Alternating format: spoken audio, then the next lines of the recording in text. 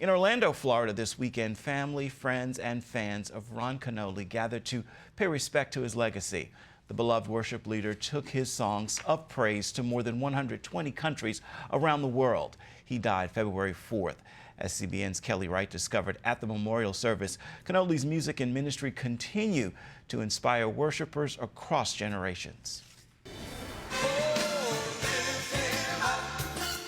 For more than 40 years, Ron Kenoly didn't just lead worship services. He helped people meet God in a deeply personal way through praise and worship. At Judah Church, family, friends, and believers from around the world gathered to celebrate his life. His three sons honored their father the way he would have loved most, through tears, stories, and song. Blessing and honor, glory and power. They shared that although not a perfect man, he was a loving dad, determined to teach his sons to give God all glory, all power, and all honor. What he poured into his children, he also shared with many others. It's been tough, his transition, He's always been a father figure. He's Doc and then he's Pops. Kenoly invested personally in worshipers and musicians like concert pianist Alan Cruz, consistently pointing them to the true purpose of worship. We traveled maybe 40 countries together, and I saw him more than just an artist or a leader. I saw him as a worshiper, a true worshiper. If you're able, lift those hands high, worship the Lord.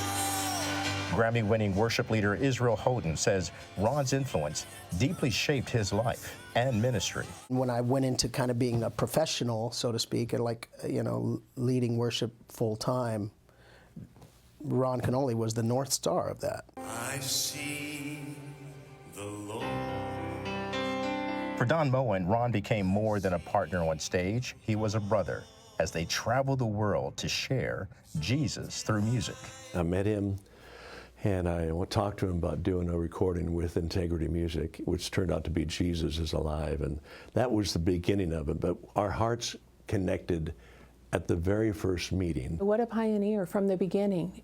He helped, along with others, change modern worship. Give to other people what comes from the Word of God. I think that was the main thing with Doc. If you take any of his songs, they are all biblical. Sam Kenoly shared that until the very end, his father never stopped doing what he was created to do, worshiping God. He was singing new songs that he wrote for hours, giving praise to God.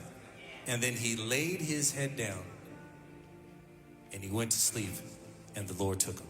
I take pleasure in worshiping you, Lord. Ron Kenoly, a man who lived to worship God in spirit and truth. Kelly Wright, CBN News.